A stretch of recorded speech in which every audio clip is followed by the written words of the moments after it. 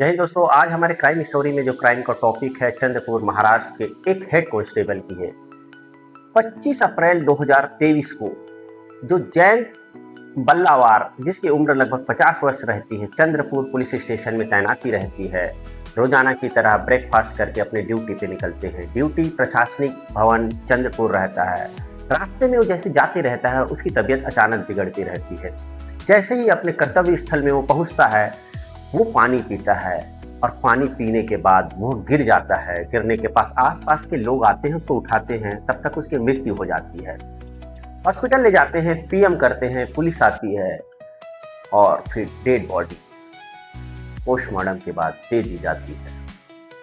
शव जलाने के बाद वो घर आते हैं सभी परिवार वाले। इसके परिवार में उसकी एक पत्नी, एक बेटी 19 साल की आर्या रहती है।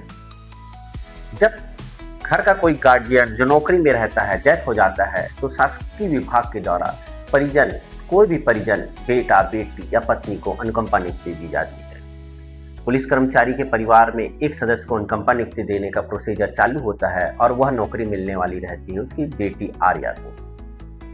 पिता की डेथ होने के लगभग 1 महीने के बाद ही वह अपने बॉयफ्रेंड आशीष हड़माके के साथ शादी कर लेती है और अपना जीवन व्यतीत करने लगती है। शादी के लगभग 3 साल के बाद आशीष अचानक रामनगर पुलिस स्टेशन में पहुंचता है और सब पुलिस वाले को अचंभित कर देता है।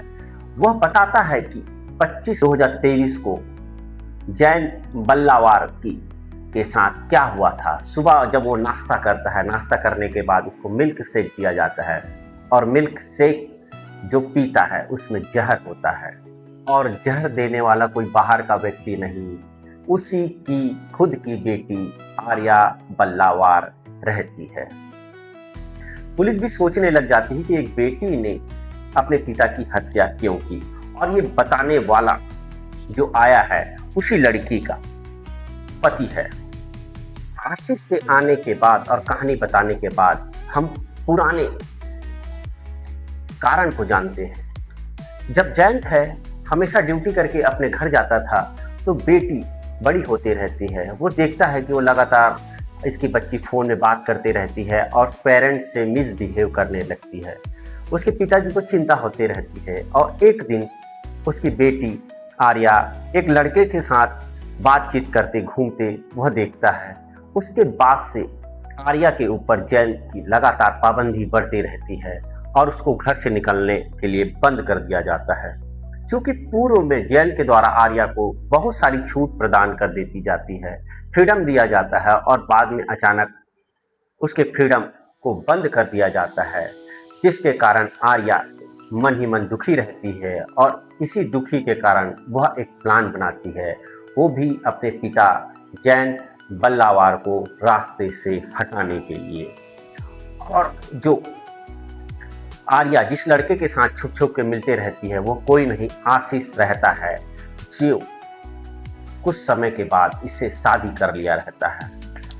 जो आर्या है वो अपने पिताजी को रास्ते से हटाने के लिए एक प्लान बनाते हैं और प्लान में सहयोग के लिए आशीष को अपने साथ शामिल करते हैं। आशीष अपने एक कजन से मिलता है जो लगभग 13 से 14 साल के नाबालिग रहता है, और उसके बाद उसका कजन एक लड़के से मिलाता है, मोंटी।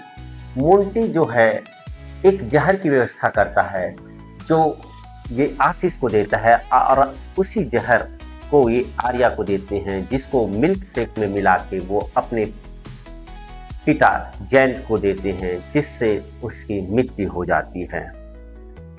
पूरी कहानी में अभी अफेयर से संबंधित नहीं है। इसका मूल कारण जो पूरे इन्वेस्टिगेशन में सामने आए हैं वह है अनुकंपा नियुक्ति। जब आर्या का अफेयर आशीष से होता है, जो आशीष एक पुलिस कांस्टेबल रहता है, वो भी पुलिस विभाग में रहता है। जब दोनों का बातचीत चालू होता है तो आशीष बताता है जो वो वर्दी पहना है वो किसी का नहीं, उसके पिताजी के मृत्यु के बाद उसको अनुकंपा मिला है। तब से आर्या के दिमाग में यह चलते रहता है कि काश मेरे पिताजी का भी डेथ होता और वर्दी मेरे को मिलता। पूरे प्लान के मुताबिक वो आशीष को शामिल करते हैं और जहर देके मार देते हैं।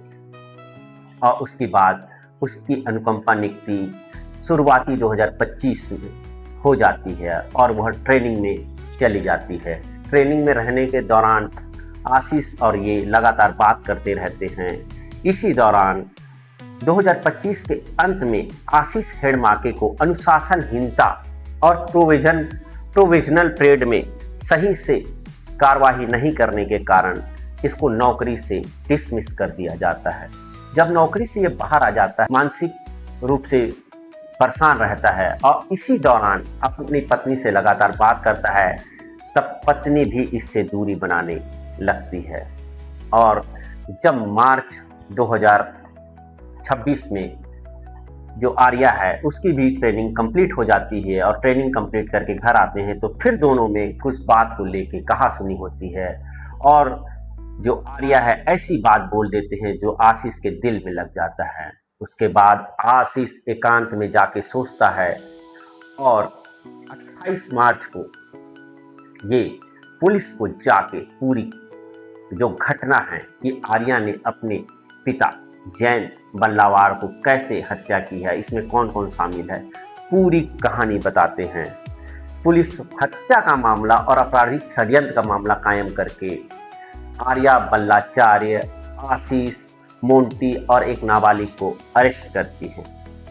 दोस्तों, ये पूरे मामले में अगर देखा जाए तो जो पाबंदियां हैं, लड़की के ऊपर उसके पिताजी के द्वारा पाबंदियां डालती है, उसके बाद उसका अफेयर रहता है और लास्ट में जो मोटिव आया है अनुकंपा नियुक्ति। लड़की का मूल उद्देश्य था कि पिता को मार के अनुकंपा नियुक्ति प्राप्त करें, क्योंकि उसके बॉयफ्रेंड को भी अनुकंपा मिला रहता है। उसी को देख के वो अपने दिमाग में प्लान बनाती है और सक्सेस हो जाती है। और 3 साल के बाद कहीं ना कहीं ये अपराध उजागर होता है और वर्तमान में सभी आरोपी जेल में हैं। मामला अभी इन्वेस्टिगेशन में है, जल्द से जल्द चार्जशीट पेश किया जाएगा। दोस्तों, होना ये था कि पिता और बेटी और माता में बातचीत करना था, अपना पक्ष रखना था कि कहाँ शादी करना है, कहाँ नहीं करना है, क्या करना है और आगे भविष्य में क्या प्लानिंग करना है। लेकिन ऐसा नहीं होता, लड़की अपराध का रास्ता चुनती है और आज जेल में है।